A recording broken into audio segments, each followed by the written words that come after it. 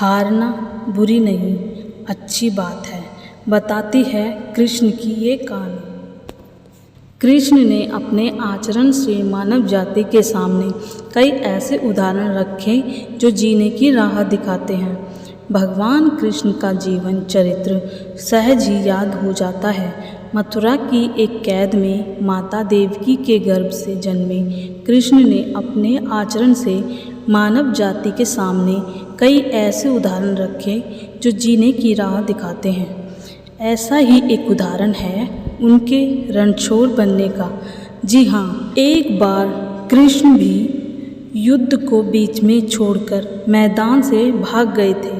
फिर भी शत्रु का वध हुआ और हजारों निर्दोष नागरिकों की सुरक्षा हुई। यह कृष्ण का रणछोड़ बनने की कहानी। भगवान श्री कृष्ण का जन्म, कंस का वध, समस्त पृथ्वीलोक को उसके अत्याचारों से मुक्त कराने हेतु हुआ था। किशोरावस्था में ही वह गोकुल से मथुरा आ गए तथा दुष्ट कंस का वध किया। कंस की मृत्यु से दुखी उसके ससुर जरासंध ने एक विशाल सेना लेकर मथुरा पर आक्रमण कर दिया।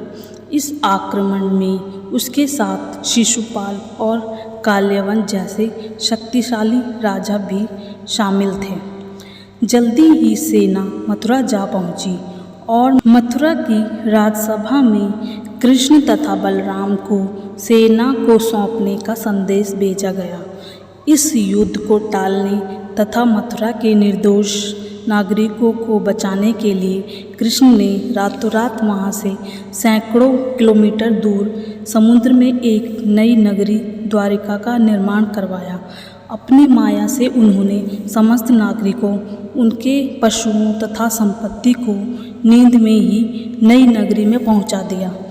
अगले दिन सूर्योदय के समय कृष्ण तथा बलराम जरासंध की सेना के सामने जा पहुँचे और उससे लड़ने के लिए चुनौती दी। जैसे ही जरासंध और दूसरे राजाओं ने कृष्ण को मारने के लिए शस्त्र उठाए, दोनों भाई भागने लगे। उन भाइयों के पीछे जरासंध तथा काल्यवन जैसे राजा भी भागने लगे। कुछ ही देर में दोनों भाई बहुत आगे निकल गए और उनके पीछे केवल मात्र काल्यवन रह गया। उसे देवता ने वरदान दिया था कि उसकी हत्या किसी अस्त्र या शस्त्र से नहीं होगी। ऐसे में वह निर्भीक था और लगातार कृष्ण का पीछा करते करते एक गुफा में जा पहुंचा।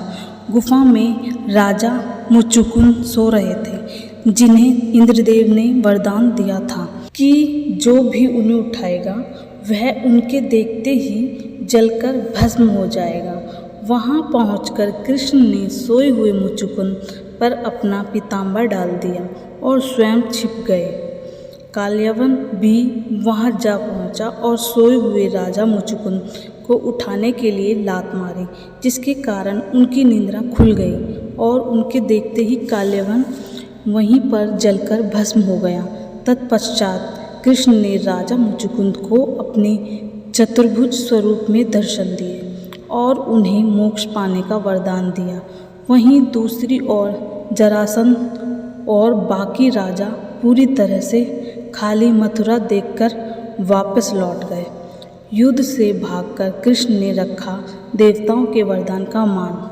कृष्ण चाहते तो स्वयं भी काल्यवन और अन्य अधर्मी राजाओं का वध कर सकते थे, परंतु देवताओं के दिए वरदान का मान रखने के लिए ही उन्होंने काल्यवन को राजा मुचुकुंद के हाथों मरवाया। इसी तरह बाद में जरासंध का वध पांडु पुत्र भीम के हाथों करवाकर भूधरा का भार कम किया। इस तरह कृष्ण ने दिया दुनिया को उदाहरण। इस कहानी के बाद कृष्ण के नाम के साथ हमेशा के लिए रणछोड़ जोड़ दिया। कृष्ण की इस कहानी से सीख मिलती है कि अनावश्यक ताकत का प्रदर्शन नहीं कर बुद्धिबल से काम लेना चाहिए। इस तरह हम शक्ति को खर्च होने से रोक सकते हैं और बड़े बड़े संकट का भी सामना कर सकते हैं।